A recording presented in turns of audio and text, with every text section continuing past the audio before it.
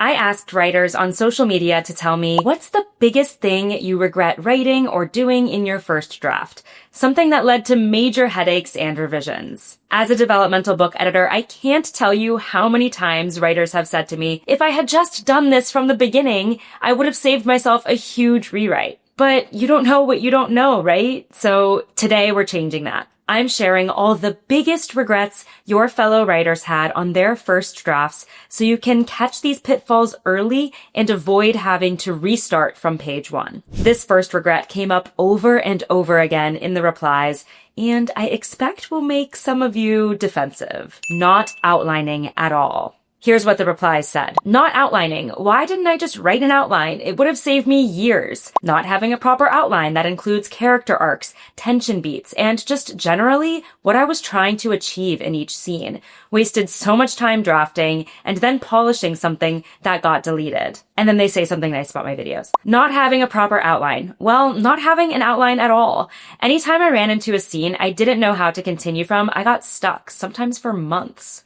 Not plotting correctly. Basically being a pantser and writing a novel that was, in the end, plot heavy, and then having to spend ages with multiple drafts to make plot threads work, etc. Now, I work with both plotters and pantsers, and I've seen incredible stories come out of both approaches. So there's no right or wrong way to write. But it's generally true that pantsers have to do more heavy lifting when it comes to developmental and structural revisions after their first draft. That's because the first draft is often them just discovering the story.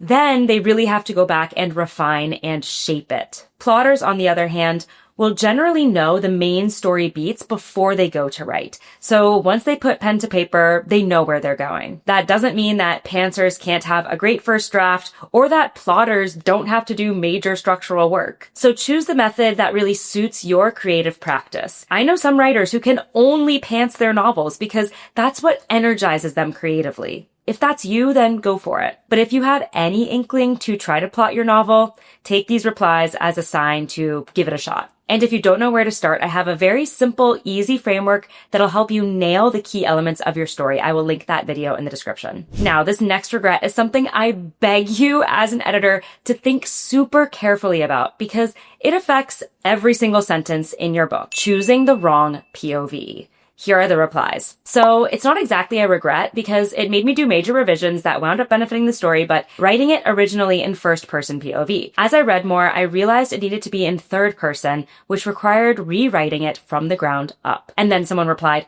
exact opposite for me. Started third, rewrote into first. Choosing the wrong POV. Writing in third person. I rewrote the novel in first person and it improved immediately. Writing it in first person. I cannot overstate to you how important POV is because it shapes your reader's entire experience of the story and truly affects how you approach every single sentence. Most writers don't think nearly enough about POV when they sit down to draft. But if you get the POV wrong, you're pretty much going to have to rewrite the entire novel. So the writers in the replies mostly talked about choosing between first person and third person POV, which is super important. But before we can determine whether to tell the story in first or third person, we actually have to take a step back and ask a broader question. Whose POV should the story follow? If I had to choose the most important decision you would make with your novel, it would be this one. Because determining which character or characters we're going to follow shapes the entire story. So if you haven't yet thought super carefully about your chosen POVs, think about it right now. Do we follow just one character or a handful? Or do you think you're writing an omniscient POV? If so, I would proceed with extreme caution. If you have 8+ POV characters and we're hopping between them at random, sometimes mid-scene, the story could likely be significantly streamlined by reducing those POVs. Whose POV is actually integral to tell this story. Only once you determine which POVs we should be following can you make the decision of whether to write in first person or close third person. The choice comes down to your personal writing style and whether you feel you can adopt the voice of the character in first person. For example, a recent client of mine was working on a dual POV novel with one male and one female protagonist. He had written the male POV in first person, but was really struggling to adopt the first person voice of his female character. So I suggested maybe changing it to third person and seeing how that felt. Once he switched to third person, he was able to flesh out her storyline so much more smoothly, and then he went back and revised the man's POV to also be in third person. If you're early in your draft and toggling between the two, there's no harm in writing one scene from both close third person and first person, then reading them back and seeing which one sounds better. Think about how you felt when you were writing it too.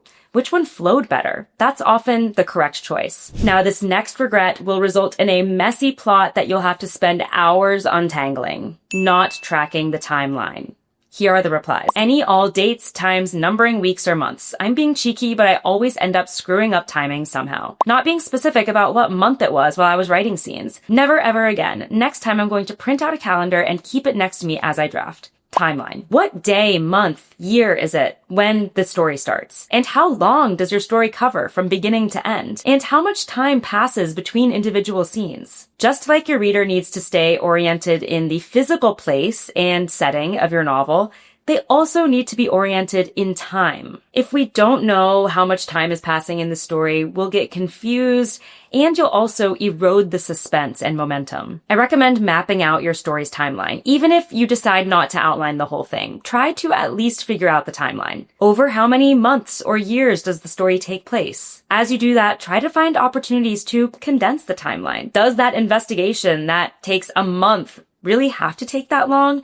Or could the next clue be found the next day? Condensing the timeline is often an easy way to make your story swifter and more propulsive. Now, this next regret often requires you to rewrite from the very beginning, not knowing your character's goals. Here are the replies. In my very first draft of my very first novel, I wrote the whole book with no idea what it was about. I had characters and they did things, no concept of what goals they wanted to achieve in their lives, and no idea what they needed to learn, change, in order to achieve those goals. Not fully fleshing out the setting, researching the era, that's another good point, and each character's goals, even the ones with minor scenes. Your protagonist should have a clear objective from the beginning of the story, something they desire deep in their bones, something they're working toward actively, something that means something to them. A character that has no goal will feel aimless, passive, and ultimately just not engaging. But goals shouldn't be given only to your protagonist. Every character in your story should have a goal of some kind that they're working toward. So if you haven't mapped out your character's goals yet, do it now. That goal should inform every single action they take, everything they say to another character, everything they think to themselves in the story. I am super passionate about strong character objectives because they really can transform your story, and I talk about them all the time with my clients. I have another video that breaks down my approach to character objectives, so check that out if you're struggling with it. So those were the top 4 regrets that were mentioned in the replies. But now I want to give my take on some other things that weren't mentioned that I also think you will probably regret in your first draft. Number 1, obsessing over word count. I see so many authors sit down to write and decide that they're going to write a novel of this genre with this exact number of words. That can be super helpful if you're trying to break down your writing goal into manageable chunks so that you get to a certain length by the end of whatever time period you're trying to write your novel in. But too often I see these word count goals becoming overly rigid and writers getting way too stressed out about them. They were planning for their romance novel to be 80,000 words, but now they're 70,000 words in and it's basically done. So they're freaking out. Or they planned for it to be 80,000 words and now it's running close to 90,000 words. And they're fearful that it's going to be far too long and no literary agent will take it on and they're freaking out again. In the early drafts of your novel, I really recommend trying to detach from word count and letting the story take the length that it needs to. In your subsequent drafts,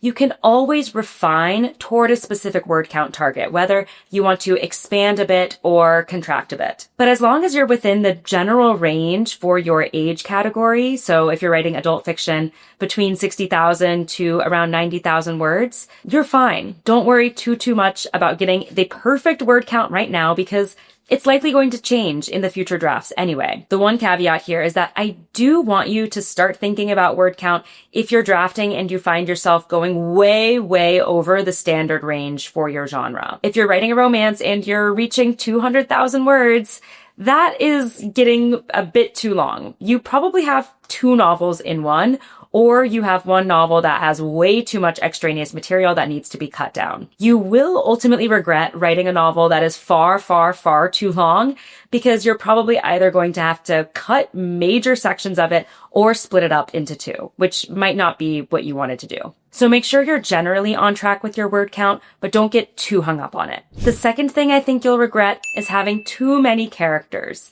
I see so many first drafts full of secondary characters, subplots, side quests, and oftentimes what we're doing in our developmental work is paring all of that back to really streamline and focus the story on the main conflict. Don't overcomplicate or overcrowd your novel. You can always layer on more subplots as needed in further drafts. So if you're drafting and you find yourself veering down a rabbit hole of some kind with a secondary character, you might explore it for a little bit, but don't let it overtake the main storyline that the reader is really here for. And if you find you can't let that secondary character or subplot go, maybe that is a story all on its own. Or maybe that's really the novel you were trying to write with this one. That's why I think so many people mentioned regretting not outlining. Because knowing what you're writing toward and what the real story is that you're telling is going to help you avoid a lot of overhauling down the line. And finally, the last thing I think you'll regret is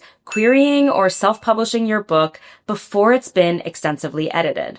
I've said it before and I'll say it again. Revision is where the magic happens. It's where your story becomes the best version of itself. After all, writing isn't just writing, it's rewriting. So really give yourself the time and the space to go through rounds of developmental structural work and don't shy away from the bigger picture changes that are going to take your story from here to here. You're doing your novel a disservice if you don't take the time to seriously refine and develop it. Take the story as far as you can on your own and then get feedback from a critique partner, beta readers, or even a professional editor. They're going to point out things that you just are too close to your story to see, and that's the only way that it's going to reach its true potential. Now, don't worry if you're experiencing any of the regrets I talked about today, because your fellow writers have been there too. And having these regrets teaches you how to write an even stronger second draft or second novel down the line. If you're in the revision process right now, don't miss this video where I go through the harsh truths about revising that you need to hear if you're serious about elevating your story. Thanks so much for watching and happy writing.